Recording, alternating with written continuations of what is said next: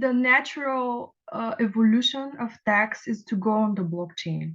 I understand now I'm a little bit ahead of the time because a lot of tax professionals don't want to accept that tax is going on the blockchain. But there's even software that's funded by the European Union who that software is going to eradicate VAT fraud, and that technology is on the blockchain. And Hi everyone, and welcome to another video of Ledger Nation. Today with Antonia Eilander. I'm very happy to have her here. Hello, Antonia. Hi, Maria. Thank you for Hi. having me. This is not financial or investment advice. So, Antonia, you are an international taxation, regulation, and compliance specialist for crypto assets. And this is a very complex topic. I know many people think, oh no, I don't want to hear about it, but you have to because everyone is impacted by taxation. So welcome again, and please introduce yourself a little bit more. Tell us about your career so far and how you got into blockchain. Thank you so much for this. Yeah, so basically, I have been a normal corporate and tax lawyer for 15 years. In the last 2 years, I specialize in crypto assets. And before that, I have seen tax from every perspective, from a big law firm, from one of the biggest technology companies out there, Thomson Reuters, from IBFD, who was training tax authorities all over the world. So I have seen tax from every perspective, and that's why I also give lectures in Amsterdam University about digitalization of tax authorities.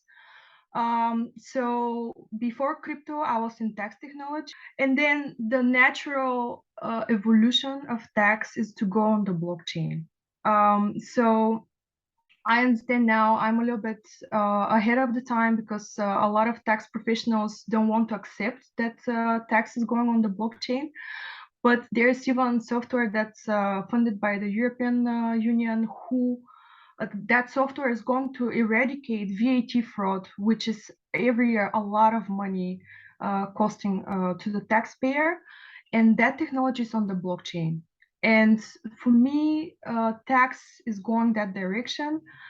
And that's why I decided to specialize in it. I'm absolutely a big fan. I read about it every day. I eat, sleep, breathe crypto. That's very interesting. Actually, what do you mean that taxes will go on the blockchain? How would that work?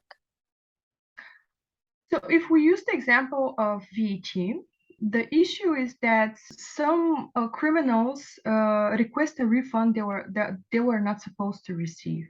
And by the time you realize that was a criminal activity, the person already took the money and went somewhere else. And when you have a transaction on the blockchain, which is there for everyone to see, which is traceable, and you execute the payment immediately, then there's nothing to steal. In general, the fact that it's there, it's traceable, it's immediate, it's going to help tax very much, and it's going to reduce costs also for taxpayers. But that would mean that countries have to implement this system that tax payments are trackable on a blockchain, right? Yes. So, Antonia, tell us now, I think the most important question for everyone investing in crypto is, do I have to pay taxes? Unfortunately, yes, you have to pay taxes. I mean, I think still for a couple of years, tax authorities are not going to be very strict about that because they also don't have the resources to monitor it. But if you're in countries like America, the Netherlands, most West Europe, I think it's the best thing to do to report your crypto, because otherwise you'll get a fine after that if you don't pay your taxes correctly. When we think about it, I'll give you an example with the Netherlands. The Netherlands differentiates between whether you're doing this as a hobby or as a business. And then you get two different kind of taxation streams. And if you're an individual investor, like a lot of people that I know, you should not worry that much, because first of all, if you receive it as a salary, then it's payroll tax. And you're paying payroll tax anyway in your salary, so it's the normal thing. The only difference is that to pay the tax first, the company that's giving it to you has to transfer it into fiat and pay the tax authority in fiat, because no tax authority accepts crypto at the moment, except I think it's a news from like 4 days ago, Argentina, Mendoza accepts crypto, but they're an exception. And then the crypto goes into what the Dutch tax authorities call box 3. And then this is basically subject to sort of a wealth tax. Very few countries have wealth tax, lucky for us. So basically, when you're in box 3, then you see whether you have real estate.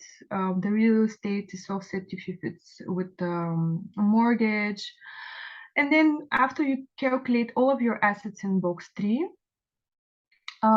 maybe you'll get taxed between like 0.5% until 1.5%. But the first 50,000 euros are tax-free.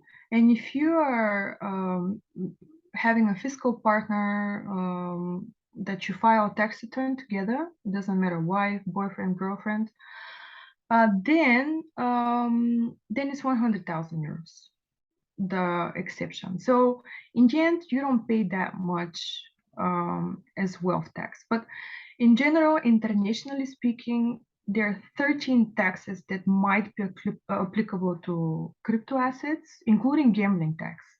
Because some tax authorities say, oh, well, when you're mining, you don't always win, so that's gambling for us. So boom, gambling tax. And the evil thing about gambling tax is that it's not in tax treaty, so you can get taxed twice in 2 different countries if you did transactions in 2 different countries. Wow, I didn't know that. Yeah, That mining but is that's actually very true. rare. Yeah. Okay. That's really, really rare. Mostly it's income tax, capital gains tax to think about. And with capital gains, I repeat it like a parrot. It's short-term capital gains, long-term capital gains. So if it's held in less than a year, then the tax rate is higher, like 35%. And if you hold your crypto for more than a year and then you transfer it into fiat, then and you make a profit, not a loss, then it's much less, like 15% or something like that, depending on the country. Sometimes you can utilize your losses. Unfortunately, as a hobby investor, most of the times you can, but as a business, you can.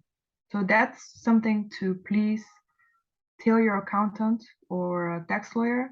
Can I utilize my losses from crypto? Because this is really handy at the moment where crypto is down. Use this disadvantage for your advantage. But a loss is only a loss if it's realized loss, right? So Yes. let's say I bought Bitcoin at $50,000 and now I sell it at 20. Then I realize the loss. But if I'm holding it, it's not a realized loss, so I cannot utilize. Okay. Exactly. Okay. So I guess if things get more complicated, if I have income from different countries with crypto, I must get a tax advisor. But nowadays, many tax advisors are not familiar with this topic. How do I find a tax advisor that is familiar with this topic? Or do you have any advice for people that need a tax advisor or need any help with this? Is there any software they can use? Because I know, like, if I do my taxes normally, there is a software that I can use. Is there anything people can do? Software is great for automating a lot of things, making them faster. But unfortunately, at least for crypto, the software cannot prepare the tax return and file it directly with tax authorities. Not in every country. So it's great to have software, but sometimes you still need a tax advisor. And although tax lawyers at the moment still don't know much about crypto, a free advice for me is that because there is no international legislation about tax, the national legislation still applies. Mostly the national legislation is not amended, which means that you always, as a tax lawyer, have to work with the laws that you're used to from before. And the only thing you have to do is understand the asset that you're dealing with and which category of old law does it go to. And then you can finish your transactions. So that's how you should operate at the moment. Use the old law, apply it to the new asset. Just make sure that you understand the asset that you're working with, because crypto is so fluid that it can start as one asset and then it goes into another, because in the meantime the coders wanted to make the asset beautiful, faster, whatever, but coders are not lawyers and they don't realize that they change the characteristic of the asset, and then you go into a different asset class, and then you're taxed differently. So when you're doing things like that, just always consult with your lawyer or accountant. Now I'm thinking, with the real estate in the metaverse, when will the time come when I have real estate in the metaverse and I have to pay property tax?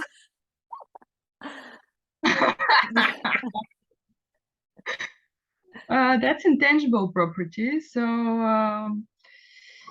that's actually, I think a friend of mine is actually writing a book about that. That would be that's a PhD topic, I think. Yeah.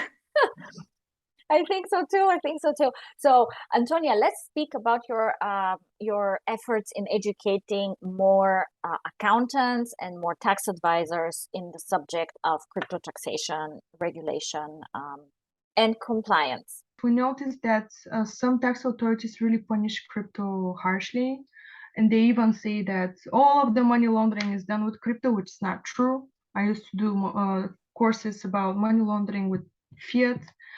And we said, okay, let's teach people, because when they understand it, they can tax it and regulate it more fairly.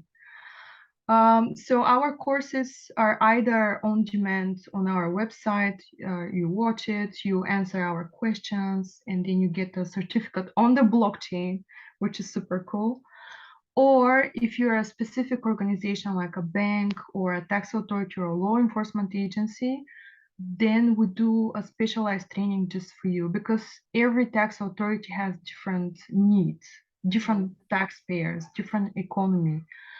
And then to just defend crypto about the money laundering, Europol says that it's around 18 trillion euros that is money laundered with fiat currency, and with crypto, if you check chain analysis, it's only 9 billion. So it's peanuts compared to what you do with fiat. But what I'm noticing is that there are around 7 methods how to money launder.